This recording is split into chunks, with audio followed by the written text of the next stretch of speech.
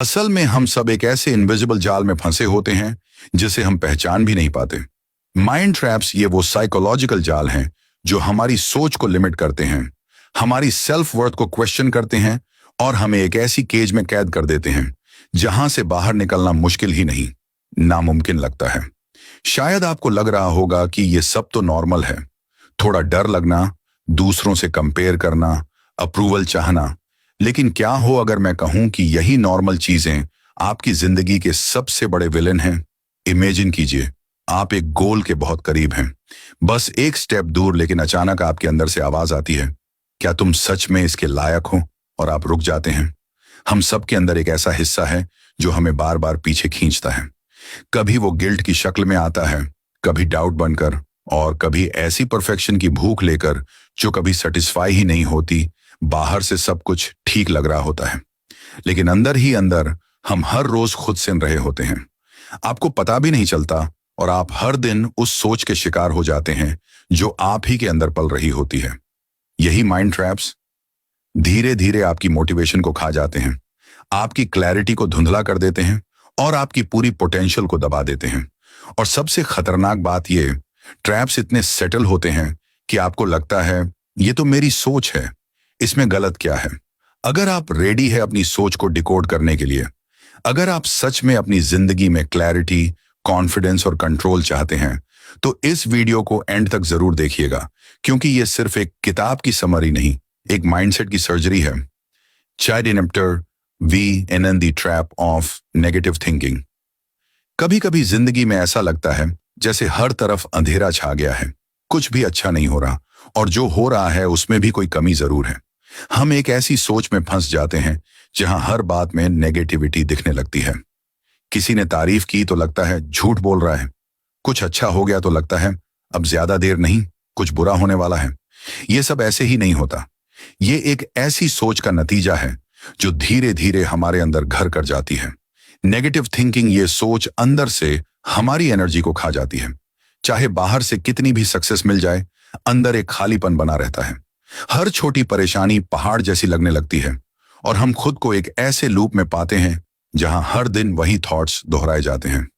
मैं अच्छा नहीं हूं, मेरे साथ तो हमेशा ऐसा ही होता है, किस्मत ही खराब है। और इस तरह हम अपनी ही कहानी का सबसे दुखी किरदार बन जाते हैं। ऐसे में सबसे खतरनाक चीज ये होती है कि ये नेगेटिव थिंकिंग सिर्फ हमारे माइंड में नहीं रुकती, ये हमारे एक्शंस, हमारे डिसीजंस और हमारे रिलेशनशिप्स को भी पॉइजन करना शुरू कर देती है।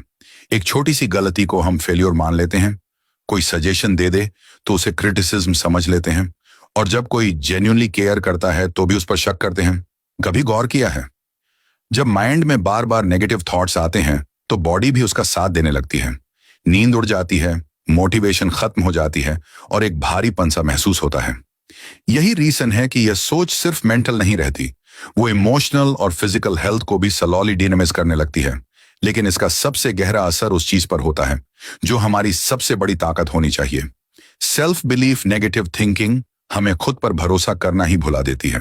हम दूसरों के ओपिनियंस को अपनी रियलिटी मानने लगते हैं, और हर बार जब हम कोई बड़ा कदम उठाने की सोचते हैं, ये सोच हमें खींचकर वापस उसी कंफर्ट जोन में ले आती है जहां ना ग्रोथ है ना फ्रीडम।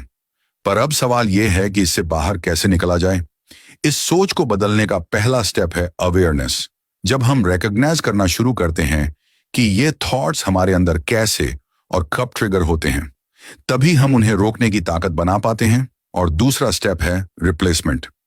हर नेगेटिव थॉट के जवाब में एक एम्पावर्ड थॉट को बार बार दोहराना ये आसान नहीं है, लेकिन जैसे जैसे ये प्रैक्टिस बनती है, माइंड का लेंस साफ होने लगता है। जिंदगी में चैलेंजेस तो हमेशा रहेंगे, पर उनसे कैसे डील करना है ये पूरी तरह हमारी सोच पर निर्भर करता है। और जब आप अपनी थिंकिंग को शिफ्ट करना शुरू करते हैं, तो सिर्फ आपकी मेंटल स्टेट नहीं, आपकी पूरी दुनिया बदलने लगती है। Chapter two the trap of self doubt. कभी आपने किसी काम को करने से पहले खुद से यह कहा है, पता नहीं मुझसे हो पाएगा या नहीं, या फिर कोई अच्छा मौका सामने आया, लेकिन आपने उसे सिर्फ इसलिए छोड़ दिया क्योंकि आपके अंदर एक आवाज बार बार कह रही थी, तुम इसके काबिल नहीं हो। अगर हां, तो आप अकेले नहीं हैं। हम में से बहुत से लोग हर दिन, हर डिसीजन में एक ऐसे दुश्मन से बन रहे होते हैं जो हमारे अंदर ही बैठा होता है।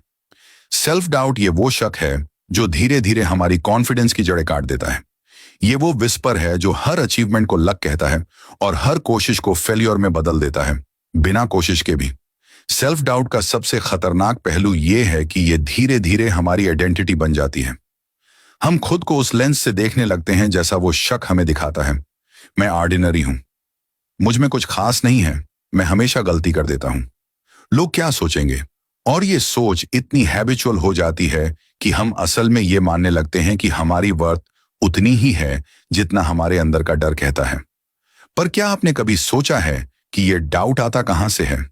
कई बार चाइल्डहुड एक्सपीरियंसेस, रिपीटेड फेल्योर्स, या फिर किसी ने कभी कुछ कह दिया तो ये नहीं कर पाएगा और वो एक लाइन सीधा दिल में बैठ जाती है।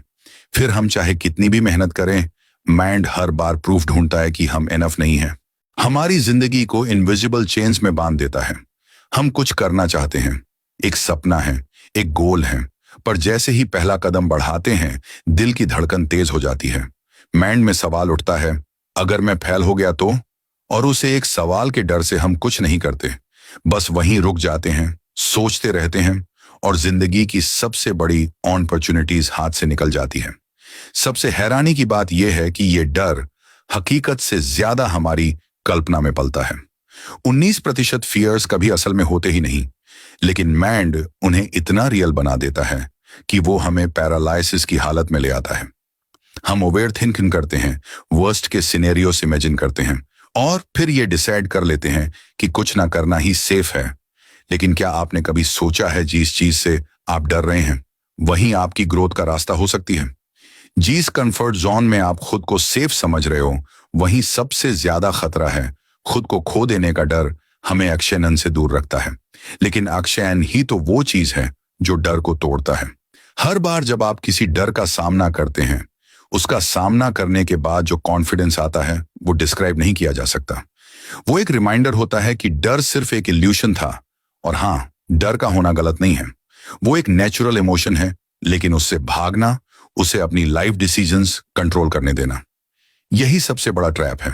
जब हम डर से इन्फ्लुएंसड होकर जीते हैं तब हम सिर्फ सरवाइव करते हैं, लाइव नहीं करते। तो अगली बार जब आपका मन किसी नए काम से डरने लगे तो एक पल रुकिए और खुद से सिर्फ एक सवाल पूछिए, इस डर के पार क्या है? शायद एक नई शुरुआत, शायद आपकी ड्रीम लाइफ, शायद वो वर्जन ऑफ यू जो आज के वर्जन से कई गुना बेहतर है।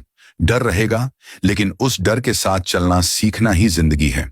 क्योंकि विनर्स और ड्रीमर्स में सिर्फ एक फर्क होता है, विनर्स डर के बावजूद एक्शन लेते हैं। Chapter 4 the trap of limiting beliefs.